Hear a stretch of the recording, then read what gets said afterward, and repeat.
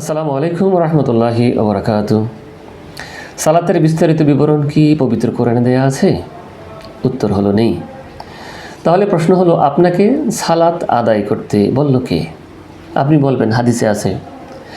যদি প্রশ্ন করা হয় হাদিসে কি নির্বিচ্ছিন্নভাবে সালাত আদায় করার ধারাবাহিক বর্ণনা বর্ণিত রয়েছে?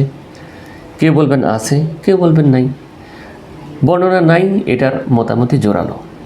তাহলে প্রশ্ন হলো, আপনি সালাত আদায় করবেন কেন? যদি দরকার থাকতো তাহলে তো এটা বর্ণনাই থাকতো। এই ধরনের প্রশ্নই বর্তমানে করা হচ্ছে। হজরত আবু বকর, ওমর, ওসমান, আলী রাদিয়াল্লাহু তাআলা আনহু নবীজিকে অসংখ্যবার নামাজ পড়তে দেখেছেন, কিন্তু তারা নবীজি সাল্লাল্লাহু আলাইহি সাল্লামের নামাজের যে কয়টি হাদিস বর্ণনা করেছেন তা থেকে আপনি নামাজের সামান্যতম ধারণাও পাবেন না। শুধু তাই নয়, তিনি আরও প্রশ্ন উত্থাপন করেন যে নামাজের সর্বসম্মত নিয়মাবলী নবীজি সাল্লাল্লাহু আলাইহি সাল্লামের জীবদ্দশাতেই সংরক্ষণ করা সম্ভব বা উচিত ছিল, কিন্তু খোলাফায়ে রাশিদিনের বা সাহাবীদের যুগের এমন কোনো সম্পূর্ণ ও সার্বজনীন নথি পাওয়া যায় না যাতে নামাজের ধারাবাহিক বর্ণনা আছে। এ থেকে আন্দাজ করা যায় যে নামাজ অনুষ্ঠানের মূল উদ্দেশ্যের সাথে আমাদের সমাজে প্রচলিত নামাজের অঙ্গভঙ্গি ও ফজিলত ফাজাইলের বিশেষ সম্পর্ক নেই। যেহেতু লিখিত আকারে সংরক্ষণ করা নেই নামাজের ধারাবাহিক বিবরণ, তাই তিনি আন্দাজ করে ধরে নিয়েছেন যে নামাজ নেই। না হয় প্রশ্ন হলো, থাকলে তো লিখিয়ে রাখতেন। স্বাভাবিক প্রশ্ন। সে প্রশ্ন তিনি আবার বলতেছেন। শুধু হজরত আবু বকর রাদিয়াল্লাহু তাআলা আনহু নয়, প্রধান সাহাবীরা বুখারী শরীফের সালাত অধ্যায়ে অনুপস্থিত। তাহলে তারা নবীজি সাল্লাল্লাহু আলাইহি সাল্লামকে নামাজ পড়তে দেখেননি? নবীজি সাল্লাল্লাহু আলাইহি সাল্লাম কীভাবে নামাজ পড়েছেন তা তারা আমাদের জন্য বর্ণনা করলেন না কেন? হাদিস ছাড়া কিয়ামত পর্যন্ত মুসলিম উম্মাহ কীভাবে নামাজ পড়বে তা ইসলামের প্রথম খলিফা ও নবীজির মনোনীত ইমাম একবারও ভাবলেন না? রাসূল সাল্লাল্লাহু আলাইহি সাল্লামের নামাজের সঠিক পদ্ধতি খোলাফায়ে রাশিদিন সংরক্ষণ, সংকলন বা বর্ণনা করেননি কেন? প্রচলিত নামাজের যে পদ্ধতিটা, সেটা যদি এতই জরুরি হতো তো সাহাবায়ে কেরাম পাথরে খোদাই করে রাখতেন। নামাজের কোনো নির্দিষ্ট কাঠামো পরবর্তী প্রজন্মের জন্য প্রয়োজনীয় হলে তা নিঃসন্দেহে পাথরে খোদাই করে রাখতেন নবীজি সাল্লাল্লাহু আলাইহি সাল্লামের সবচেয়ে প্রজ্ঞাবান সাহাবী। শুধু তাই নয়, প্রচলিত সালাতের পদ্ধতি যদি এতটাই জরুরি হতো বা নামাজ যদি এভাবে আদায় করার জরুরি হতো, তাহলে আল্লাহ রাব্বুল আলামিন নিজেই তিনি কোরআনে এ ধারাবাহিক নামাজের বর্ণনাটা দিতে পারতেন এবং দিতেন। সেটা দিতে খুব বেশি অনেকগুলো আয়াতের দরকার হতো না। 8-10টা আয়াতের মাধ্যমে বর্ণনা দিয়ে যথেষ্ট করে দিতে পারতেন, কিন্তু তিনি দেন নাই। তার কারণ প্রয়োজন নেই, এটাই প্রশ্ন করা হচ্ছে, এটাই বলা হচ্ছে। অথচ আমাদের পরিচিত প্রচলিত নামাজের এভরি সিঙ্গেল ডিটেল দেওয়ার জন্য কোরআনের 8 থেকে 10টা আয়াতই যথেষ্ট ছিল। দিনে 50 রাকাত নামাজ পড়লেও প্রতি রাকাত তো একই রকম, সুতরাং 1 রাকাতের ডিটেল দিলেই তো হলো। যে নামাজের নিয়তে কেবলামুখী হয়ে কাঁধ বরাবর 2 হাত তুলে আল্লাহু আকবার বলে নাভির নিচে হাত বাঁধো। এ সকল প্রশ্নকে এক জায়গায় করে যখন আপনার কাছে উত্তর চাওয়া হবে, আপনি তখন বলবেন তাই তো, সত্যিই তো। যদি নামাজ এ ধরনের আমরা যেভাবে নামাজ পড়ি এটা যদি দরকার হতো, তাহলে তো হাদিসে লেখা থাকা দরকার ছিল, কোরআনে তো আল্লাহ বর্ণনা দিতেন, ঠিকই তো। এই প্রশ্নের উত্তর যদি আপনার জানা না থাকে, তাহলে আপনি নিজেই আপনাকে বুঝাতে পারবেন না, আপনি বিভ্রান্তিতে পড়ে যাবেন। তো আসুন আমরা দেখি এই ধরনের জটিল এবং চমৎকার প্রশ্নের কি চমৎকার উত্তর আমরা পবিত্র কোরআন থেকে বের করতে পারি। প্রথমে আমরা খোঁজার চেষ্টা করব এই যে সালাত নামক ইবাদতটা, নামাজ নামক ইবাদতটা, এটা কি এই উম্মতে মুহাম্মদের উপরে, মুহাম্মদ সাল্লাল্লাহু আলাইহি ওয়াসাল্লামের উপরে প্রথম নাজিল হলো, প্রথম শুরু হলো, নাকি এটা আগে থেকেই প্রচলিত ছিল? অর্থাৎ নামাজটা বা সালাদটা কি পূর্ববর্তী উম্মতের তারাও পড়তেন, পূর্ববর্তী নবীগণও পড়তেন, নাকি শুধু মুহাম্মদ সাল্লাল্লাহু আলাইহি ওয়াসাল্লাম থেকে শুরু হলো? পবিত্র কোরআনে 21 নম্বর সূরা আম্বিয়া 73 নম্বর আয়াত, সেখানে আল্লাহ রাব্বুল আলামিন বললেন, ওয়াজআলনাহুম আইম্মাতান ইয়াহদুনা বিআমরিনা ওয়া আওহাইনা ইলাইহিম ফিলাল খায়রাত ওয়া ইকামাস সালাতি ওয়া ইতাআজ যাকাতি ওয়া কানু লানা আবিদিন। অর্থাৎ, এবং তাদেরকে করেছিলাম নেতা, তারা আমার নির্দেশ অনুসারে মানুষকে পথ প্রদর্শন করত।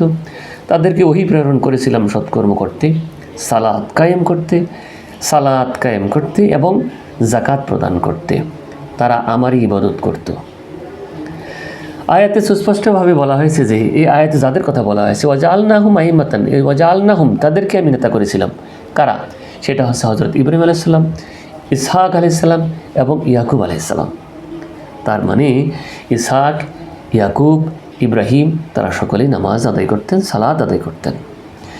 তারপরে আমরা দেখি হজরত ইব্রাহিম আলাইহিস সালাম তার বংশধর জন্য তিনি দোয়া করলেন তারা যাতে নামাজি হয়। কখন দোয়া করলেন? যখন ইব্রাহিম আলাইহিস সালাম তার সন্তানকে, তার স্ত্রীকে যে কাবা ঘরের নিকটে নির্বাসন রেখে যাচ্ছিলেন আল্লাহর নির্দেশে, তখন তিনি এদেরকে রেখে যখন একটু আড়ালে গেলেন তখন আল্লাহর কাছে এই দোয়াটা করলেন। সেটা এসেছে সূরা ইব্রাহিম আয়াত নম্বর 37। রব্বানা ইন্নী আসকানতু মিন যুররিয়্যাতি বিওয়াদিন গায়রি যি যারইন ইনদা বাইতিকাল মুহাররাম রব্বানা লিয়াকিমুস সালাতা ফাজআল আফইদাতাম মিনান নাসি তাহওয়ি ইলাইহিম। হে আমাদের প্রতিপালক, আমি আমার বংশধরদের কতককে বসবাস করালাম অনুর্বর উপত্যকায় তোমার পবিত্র ঘরের নিকট। হে আমাদের প্রতিপালক, এজন্য যে ওরা যেন সালাত কায়েম করে। সুতরাং ইব্রাহিম আলাইহিস সালাম তার সন্তান ইসমাইল আলাইহিস সালাম এবং তার বংশধরদের জন্য সালাত কায়েমকারী হওয়ার জন্য আল্লাহর নিকট আবেদন করলেন। আমরা দেখি হযরত ইসমাইল আলাইহিস সালাম এবং তার পরিবারবর্গ সালাত আদায় করতেন। 19 নম্বর সূরা মারিয়াম আয়াত নম্বর 54 থেকে 55 আল্লাহ রাব্বুল আলামিন সেখানে বলেছেন, ওয়াযকুর ফিল কিতাবি ইসমাঈলা ইন্নাহু কানা সাদিকাল ওয়া'দি ওয়া কানা রাসূলান নাবিয়্যা ওয়া কানা ইয়ামুরু আহলাহু বিস-সালাতি ওয়াজ-যাকাতি ওয়া কানা 'ইনদা রাব্বিহি মারদিয়্যা। স্মরণ করো এই কিতাবে ইসমাইলের কথা, সে তো ছিল প্রতিশ্রুতি পালনে সত্যাশ্রয়ী এবং সে ছিল রাসূল, নবী।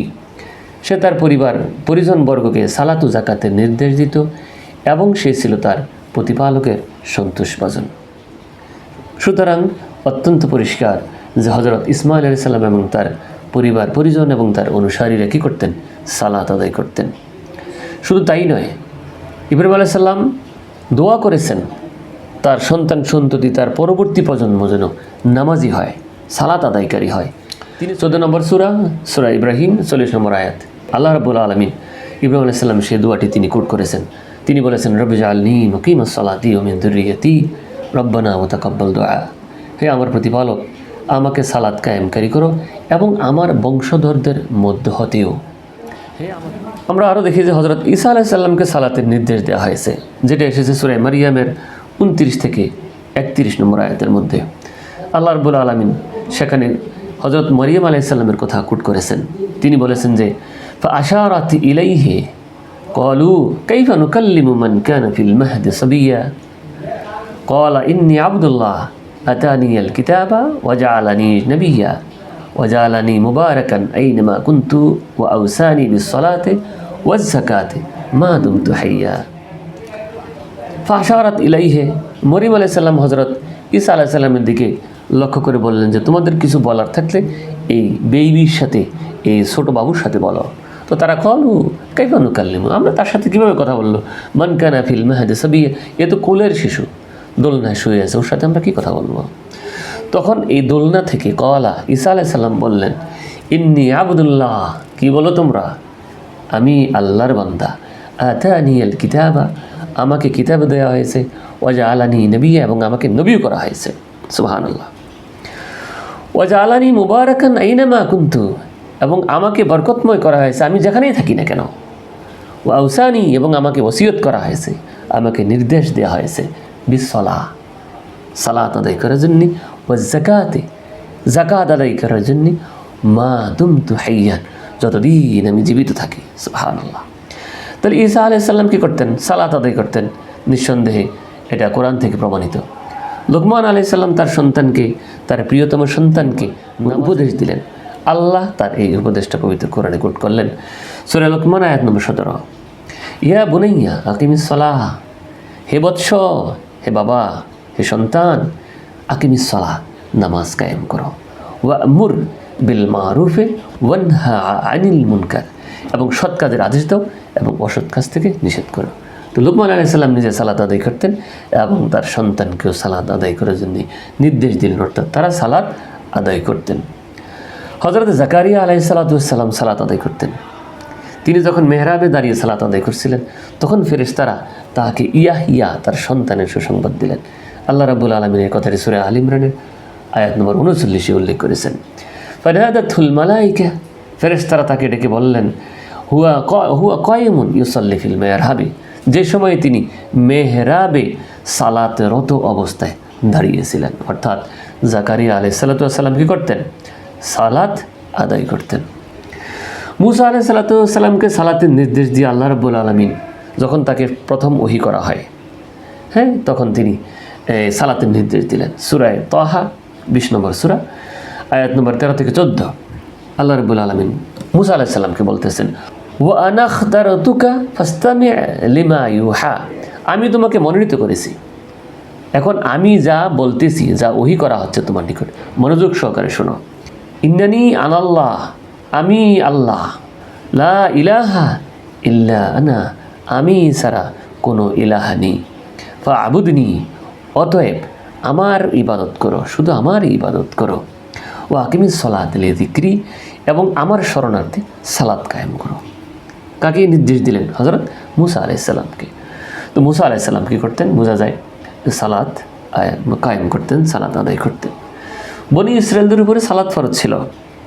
আল্লাহ রাব্বুল আলামিন এই কথাটি সূরা বাকারা আয়াত নম্বর 83 তিনি সেখানে বলেন, ওয়াইদ আখাযনা মিসাকা বনি ইসরাঈলা লা তা'বুদু ইল্লাল্লাহ, স্মরণ করো যখন বনি ইসরায়েলদের অঙ্গীকার নিয়েছিলাম তোমরা আল্লাহ ব্যতীত কারো ইবাদত করবে না, যে লা তা'বুদুনা ইল্লাল্লাহ, আল্লাহ ছাড়া কারো ইবাদত তোমরা করবে না। আর কি করবে? ওয়াবিল ওয়ালিদাইনি ইহসানা ওয়াজিল কুরবা ওয়াল ইয়াতামা ওয়াল মাসাকিন, আর সদাচরণ করবে। সদাচরণ করবে কার প্রতি? পিতামাতার প্রতি, আত্মীয় স্বজনের প্রতি, পিতৃহীন এবং দরিদ্রদের প্রতি। ওয়াকুলু লিন্নাসি হাসনা, এবং মানুষের সাথে খুব ভালো করে উত্তমভাবে মানুষের সাথে কথা বলবে। আর কি করবে? ওয়া আকিমুস সালাহ ওয়া আতুজ যাকাহ, আর কি করবে তোমরা? আকিমুস সালাহ, সালাত কায়েম করবে, এবং ওয়া আতুজ যাকাহ, এবং যাকাত আদায় করবে। সুতরাং একদম পরিষ্কার যে বনি ইসরায়েলের উপর কী ছিল? সালাত ফরজ ছিল, এবং তারা সালাত আদায় করতেন। এই বিষয়টি আরও চমৎকারভাবে, আরও সুন্দরভাবে আল্লাহ রাব্বুল আলামিন যে সূরা ইউনূসের 87 নম্বর আয়াতে উল্লেখ করেছেন। তিনি বলেছেন, ওয়া আওহাইনা ইলা মূসা ওয়া আখিহি, আমি ওহী করলাম কাকে? মূসাকে এবং তার ভাইকে। কি করার জন্য? আন তাবাওয়া লিকাওমিকুমা বিমিসরা বুয়ুতান, যে তোমরা মিশরে তোমাদের সম্প্রদায়ের জন্য ঘর স্থাপন করো। কিভাবে ঘর স্থাপন করবে? ওয়াজআলু বুয়ুতাকুম কিবলাতান, তোমাদের ঘরগুলোকে কি করবে? কিবলামুখী করে তৈরি করবে। কেন কিবলামুখী করে তৈরি করবে? পরে বলতেছি। ওয়া আকিমুস সালাহ, এবং সালাত কায়েম করবে। ওয়াবাশশিরিল মুমিনিন, আর যারা ঈমান এনেছে মুমিন তাদেরকে তুমি কি করো? সুসংবাদ দাও। বনি ইসরায়েলদের উপরে সালাত ফরজ ছিল, এবং এই সালাতটা তাদেরকে তাদের উপাসনালয়ে গিয়ে আদায় করা বাধ্যতামূলক ছিল। এরা ঘরে সালাত আদায় করতে পারতেন না, অনুমোদন ছিল না। কিন্তু একসময় যখন ফেরাউন তাদের উপাসনালয়গুলোকে ভেঙে গুড়িয়ে দিলেন, তখন তারা সালাত আদায় করবে কোথায়? তখন এই আয়াত নাজিল হয়। তখন মুসা আলাইহিস সালামকে এবং হারুন আলাইহিস সালামকে আল্লাহ নির্দেশ দিলেন যে তোমরা তোমাদের ঘরগুলিকে এমনভাবে তৈরি করে কেবলামুখী করে তৈরি করো, কেবলামুখী করে তৈরি করে ঘরেই তোমরা নামাজ আদায় করবে। তারপরে তোমাদের উপরে কিনে নামাজ ছাড়া যাবে না, নামাজ মাপ নাই, নামাজ ফরজ ছিল। তো সুতরাং যে কোরআন আয়াতের সাহায্যে পরিষ্কার হয়ে গেল যে হযরত ইব্রাহিম আলাইহিস সালাম, ইসমাইল আলাইহিস সালাম, ইসহাক, ইয়াকুব, তারপরে বনি ইসরাইল, হযরত ঈসা, মূসা, জাকারিয়া, লোকমান, এই যে খ্রিস্টান, ইহুদি, সকলের উপরে কী ছিল? নামাজ ফরজ ছিল, তারা নামাজ আদায় করতেন। শুধু তাই নয়, সজল রোশন সাহেব আরও একটু সহজ করে দিয়েছেন যে তৎকালীন যে আরবের এই যে খ্রিস্টান ছিল, ইহুদি ছিল, যারা ছিল কাফের মুশরিক ছিল, ইভেন আবু জাহেলও সালাত আদায় করতেন। তিনি বলেন, আহলে কিতাবদের জন্য সালাত কায়েমের নির্দেশ ছিল। সে সালাত বলতে যদি নামাজ বোঝানো হয়, তবে আহলে কিতাবদের নামাজের সাথে আমাদের নামাজের প্রধান পার্থক্য হচ্ছে কোরআন পাঠ। রাসূল সাল্লাল্লাহু আলাইহি সাল্লাম নামাজে কোরআন পাঠ করতেন। আবু জেহেলরাও নামাজ পড়তো, তবে তাতে কোরআন পড়তো না। তো সুতরাং যে ইবাদতটি এত নবীর উপরে, এত নবীর উম্মতের উপরে ওয়াজিব ছিল, ফরজ ছিল, তারা নামাজ আদায় করতেন, সালাত আদায় করতেন। ইভেন তৎকালীন কাফের মুশরিক, ইভেন আবু জাহেলও সালাত আদায় করতেন। এই নামাজটা আরববাসীর নিকট, তৎকালীন লোকজনের নিকট কতটা পরিষ্কার ছিল? দিনের আলোর মতো। কোনো কনফিউশন ছিল নামাজের ব্যাপারে? ছিল না। অতএব তখনকার যদি একটা বাচ্চাকেও বলা হতো যে কীভাবে নামাজ পড়তে হয়, অবলীলায় সে নামাজ আদায় করে দেখিয়ে দিতে পারত। এবার আসুন, যেই ইবাদতটা এতটা পরিচিত ছিল, ইবাদতটা তারা জানতো, এই ইবাদতটাকে আবার ধারাবাহিকভাবে এভাবে নামাজে কেবলামুখী হয়ে দাঁড়াইয়া তারপরে এটা পড়বা, তারপরে রুকু করবা, তারপরে সিজদা করবা, এভাবে বর্ণনা দেওয়াটা কি অবান্তর নয়? এটা অতিরিক্ত একটা কর্ম নয়? কোনো প্রয়োজন আছে? এই অবান্তর এবং অপ্রয়োজনীয় কর্মটা আল্লাহ কেন করতে যাবেন? কেন তিনি কোরআনে আবার এটা রিপিট করতে যাবেন? আল্লাহ তো কখনো লাগব, যেটা অতিরিক্ত অপ্রয়োজনীয় কোনো কথা বলেন না, এবং সেটা তো কোরআনে বলার প্রশ্নই আসে না। তাহলে তিনি কোরআনে নামাজের ব্যাপারে কি বললেন, কি বলবেন, কি বলা দরকার ছিল, তিনি কি বলেছেন? পূর্ববর্তী উম্মতের উপরে যেভাবে নামাজ ছিল, যে স্টাইলে নামাজ ছিল, ওই স্টাইল থেকে, ওই স্ট্রাকচার থেকে যদি কোনো চেঞ্জ প্রয়োজন হয়, বাড়তি কমতি প্রয়োজন মনে হয়, তিনি সেটাই তো এখানে উল্লেখ করবেন। এটাই তো স্বাভাবিক, এবং পবিত্র কোরআনে তাই করা হয়েছে। এবং রাসূল সাল্লাল্লাহু আলাইহি ওয়াসাল্লাম নামাজের ব্যাপারে কি বলবেন, তার কি বলা দরকার ছিল? যেই নামাজের যেই অংশটা অত্যাধিক গুরুত্বপূর্ণ, যেই অংশটা বারবার বলা দরকার ছিল, যেই অংশটা মিস হয়ে গেলে, যেই জায়গায় ভুল করলে নামাজ বাতিল হয়ে যাবে, তার উম্মত ক্ষতিগ্রস্ত হবে, এই বিষয়গুলো তিনি গুরুত্ব দিয়ে বারবার বলবেন। এটাই তো স্বাভাবিক। তাছাড়া তাকে আবার যেই বিষয়টা সবাই জানে, আবার সেই বিষয়টা আবার বলবে যে আবু বকর বা উমর, এদিকে আসো, তোমরা নামাজটা কীভাবে পড়বা একটু লিখে রাখো। যে বিষয়টা প্রয়োজন নেই, সবাই জ্ঞাত, এই বিষয়টা তিনি কেন করতে যাবেন? এটা তো একটা অস্বাভাবিক প্রশ্ন, এটা অস্বাভাবিক কর্ম। সুতরাং নামাজ সম্পর্কে এই ধরনের প্রশ্ন অমূলক এবং অবান্তর। আশা করি এই যে নামাজের বিষয়ে এই ধরনের প্রশ্ন বা কোনো সন্দেহ কারো মনে আর থাকবে না। সম্মানিত সুধী, দেখা হবে পরবর্তী ভিডিওতে। সে পর্যন্ত আল্লাহ আমাদের সকলকে ভালো রাখুন, সুস্থ রাখুন। ওয়া মা তাওফীক ইল্লা বিল্লাহ।